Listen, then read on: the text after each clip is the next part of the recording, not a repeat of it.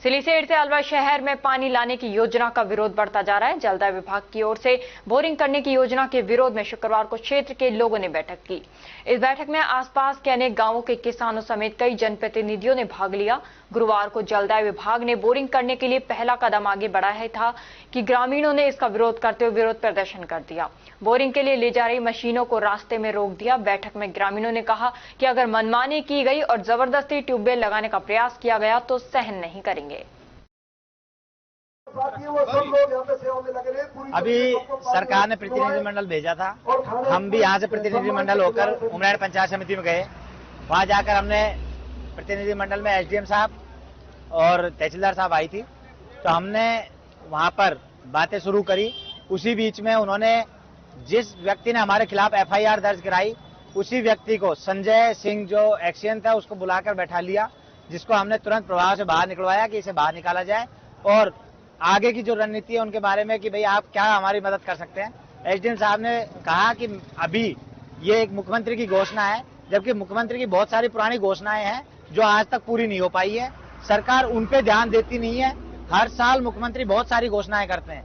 मैं जैसे उनका उदाहरण देने लगूं तो हमारे देश में हर साल करीब 1000 करोड़ का बजट इस तरीके से ही पास होता है, जिसके लिए वोटों के लिए सरकार करती है, और ये भी काम केवल वोटों के लिए किया गया।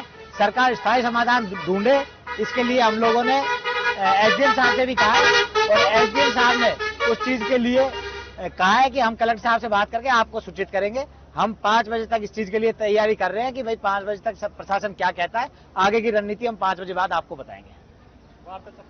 वार्ता असफल रही। सरकार की किसी भी प्रकार से बातें करने की सकारात्मक सोच नहीं थी। कितनी मांगों को लेकर आज ज्ञापन दिया? हमने 20 मांगे थी हमारी, जो क्षेत्र की, जिनको सरकार के या प्रशासन की वजह से रोका हुआ है, हमने उन सभी मांगों को दिया। मुख्य मांग आपकी पानी की है? मुख्य मांग हमारी पानी है कि हम सिलीसेट में जो बोरिंग की जा रही है, बोरिंग ना करके उन्हें जमीन से पानी का दोहन नहीं किया जाए, नहर से ले जाया जाए। हम भी उस चीज के पक्ष में है कि नहर से यदि पानी जाता है हमें कोई परेशानी नहीं है, उससे हमारा भूजल स्तर खराब नहीं होता है, तो हमारा भविष्य सुरक्षित रहेगा, हमारे बच्चों का भविष्य। भविंद्र पटेल, संघर्ष समिति सचिव। सर, आज अपना आंदोलन आज कौन सा दिन है आंदोलन का? आज प्रशासन की ओर से भी क्या? आज हमारा चौथा दिन है और हमारा स्टेप ये था कि हम 4 बजे रोड जाम करने की बात थी और हमारे बीच में प्रशासन आया और हमारी वार्ता हुई और वार्ता हमारी असफल रही। उन्होंने कहा कि हम इस पर अभी डिसीजन नहीं ले सकते, तो हमने कहा कि जब डिसीजन आप ले ले तभी हमारे बीच में बैठे और फिर कोई वार्ता करेंगे। आगे की रणनीति अभी 5 बजे तक का उनको और टाइम है, फिर जो कमेटी यहाँ का जो फैसला करेगी उसके बाद में जो होगा वो रणनीति आगे की बताई जाएगी। अभी एसडीएम साहब भी आए, तहसीलदार साहब भी आए, एसएचओ मैडम भी आई और उनसे साथ हमारी 11 आदमी की कमेटी गई थी, उनसे बात हुई तो उन्होंने कहा कि ये मुख्यमंत्री घोषणा में है, ये बोरिंग ट्यूबवेल जो 35 बोर हैं और इनका मैं अभी डिसीजन नहीं ले सकता।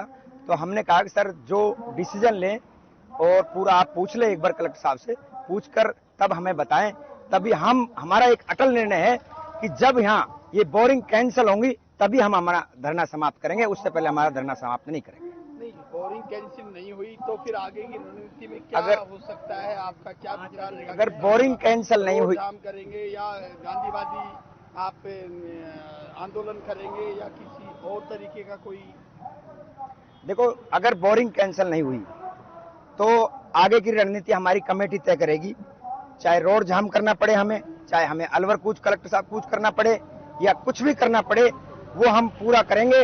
और हमने एक ही प्रण निभाया है, हमारा एक ही लक्ष्य है कि बोरिंग कतई नहीं होने देंगे। अगर अलवर शहर वासियों को पानी चाहिए तो आप पानी नहर से ले जाइए और उनको खूब पिलाइए, हमें कोई आपत्ति नहीं है। क्या नाम है आपका? मेरा नाम निहाल सिंह गुजर, सौदानपुर।